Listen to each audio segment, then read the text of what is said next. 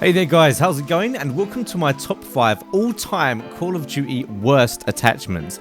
Now these attachments are ones that are either really annoying to use or really annoying to play against. I couldn't find 5 that are actually really bad all the time, but there's a few that are terrible to use and there are a few that just really shouldn't be in the game and kind of spoil the game in some ways. So, as always, don't forget to leave a comment down below letting me know your top 5 worst attachments or just any that I forgot, as well as letting me know suggestions for other top 5s that you'd like to see me do. So without any further ado, let's get on with the countdown.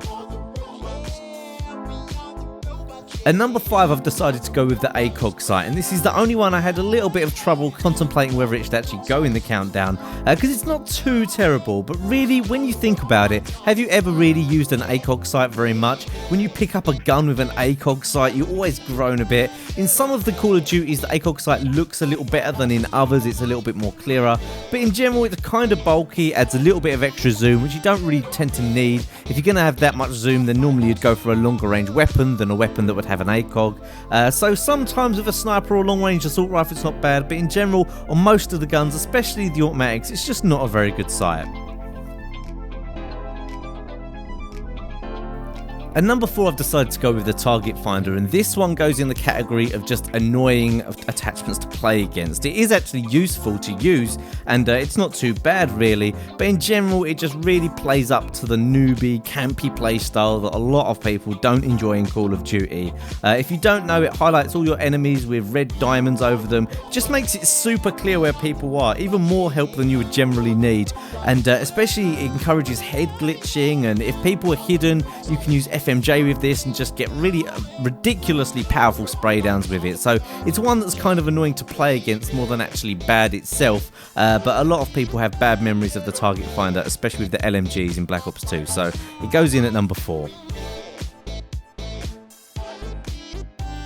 And number 3, another one which is kind of not too bad to use, but I would say more kind of goes in the category of just annoying to play against, and that's the heartbeat sensor from Modern Warfare 2, or as some people called it, the baby monitor.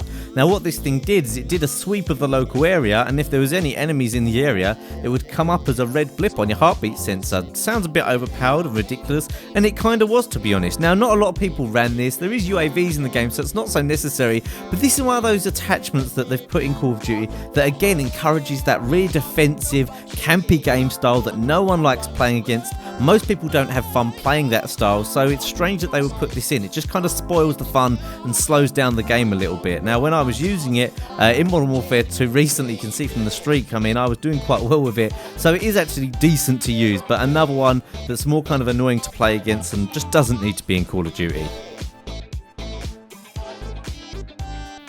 Number 2, how can I not have this in the countdown? We're talking grenade launchers, or as they're more commonly known, the Noob Tubes. At their pinnacle in Modern Warfare 2, they were the bane of everyone's life, and even if you go on there now, it's an absolute noob tube fest. Now in more recent Call of Duties, they've tended to have nerfed them, not made them so powerful, so they're not too annoying now, but I would still say there's no real need for these. Why would you have these? There's grenades in the game, why would you have grenades on your gun as well? It just seems stupid. But in Modern Warfare 2, you had one-man army scavenger, and danger close combination would just mean unlimited noob tubes that could be completely spammed, thrown across the map. You could shoot noob tubes across the whole map in Modern Warfare 2 and get loads of spawn kills. I'm sure we've all seen the videos. So this one, it just spoils the game. This is an attachment that literally spoiled Modern Warfare 2 a lot of the time. If anyone on the other team decided to do this tactic, the whole game was kind of forgettable and you didn't want to play it anymore. So number 2, the bane of Modern Warfare 2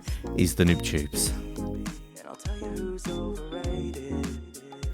And number 1, I've gone for what is probably the worst, most useless attachment to ever be put in Call of Duty, and that's the shotgun or master key attachment. This has been in most of the Call of Duty games as well. Now what this is it allows you to add on to your assault rifle normally and have shotgun shots with it as well. However, they're very weak, you don't have a big capacity of them, and they've got very low range as well. So it's very strange to think of any scenario where you would actually want to switch to the shotgun shells instead of just using your gun. They're a pain to use. I don't don't know why they would be in the game.